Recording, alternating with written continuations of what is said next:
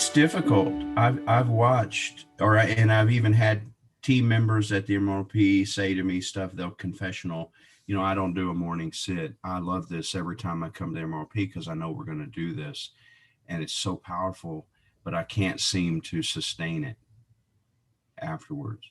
Mhm. And I always just offer them grace, and say, well, I think the goal then is to find something where it can draw you contemplatively every day, some practice or some way that you can do that, and keep trying. I tell them, Yeah. you'll find it, and probably what we're doing here is the outworking of that same thing. It's like, okay, slowly we did find a practice. It was coming more often than not, and we're like, God, this is working, it's life-giving. And then we add to it. And to me, that's all we did, Jim, is we just added. Now it's 20.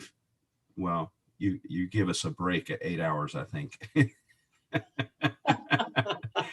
Sleep, but it's just reminding us of, and I see it more as the question, like Joe just said, where are you right now? Yeah. And Yeah. I'm off to the races, usually is what I realize. Mhm. And I just pause. And even ministry related, you can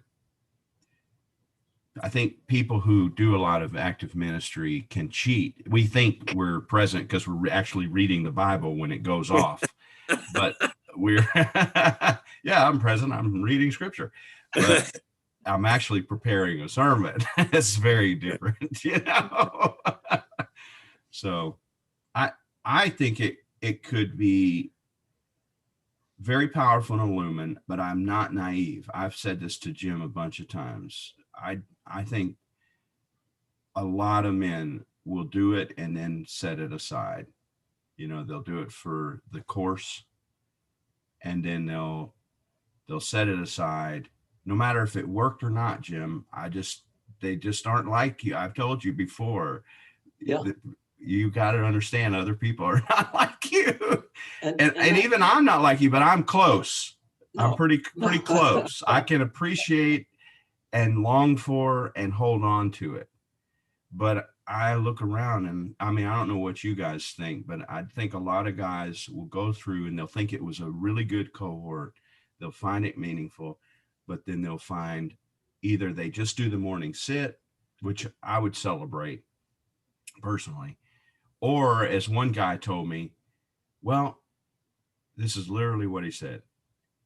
If I answer one of those pings a day, I feel like it was good, because I didn't do that before, he said. Yeah. Yeah. And it's a leader in Illumin. It's a guy I tried to get into our cohort and he didn't come, but he read the book and he's been doing the app, he says. And I said, well, how's that going? He said, well, if I answer one of those, I feel like that was good. Yeah. So it is good. It's certainly better than nothing. But and I certainly realized that after all these years that so many people, let's say, practice presence, and then let's say at the end of the class or cohort, but the opportunity that we have is to have a critical mass of people, because once you, which the men right here, okay, just the answers you're giving, you already know the choice of choosing presence is the choice of not creating inner negativity. It really is that simple, okay? And the power doesn't come from us. Once you know that and you go another 3 months doing it, 6 months doing it, in my opinion, you're never going to stop. Yeah. Just like me 20 years ago. I'm never going to stop. I don't see myself stopping either. But you're right. Would any of us expect, what we're going to do? In another year, we're going to have 1,000 men in No, that ain't gonna happen. But I'll tell you what will happen. You'll have a critical mass, maybe, of all the people that actually went through the cohort. At least 10% of them going, this is, my life is different. And the people around you will know your life is different, for sure.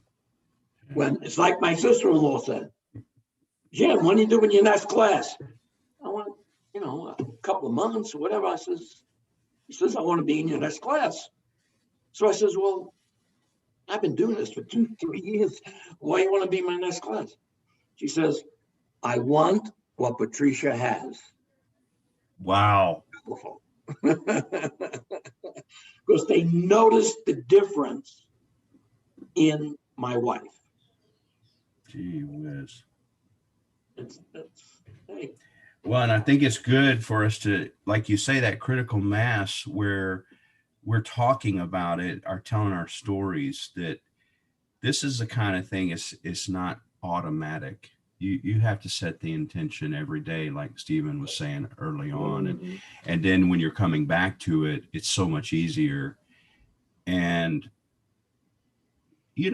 we find a capacity for grace at the same time, mixing it with that longing of, well, I know what I'm missing. Yeah, that's it. Yeah. You know what you're looking for. So I don't want to give myself a free pass in the sense of, yeah, it doesn't really matter, Jimbo, if you miss, 90% of the day, just hit one. Like I'm making some deal, cutting a deal with myself. I find I mix grace so that I don't get overwhelmed with the fact that I did miss that many. But it's mixed with that longing of, I know what I'm missing when I give that up too. So I don't know if that makes sense, but I think they have to both be held. What you just said is everything. Once we know what we're looking for, we therefore know what we're missing. And God forbid, let's just say, everyone says, guess what? I'm not into this present stuff. I mean, that ain't going to change. One thing I do during the course of my average day is not going to stop me ever from practicing presence, only for one reason. I could never go back to my life before.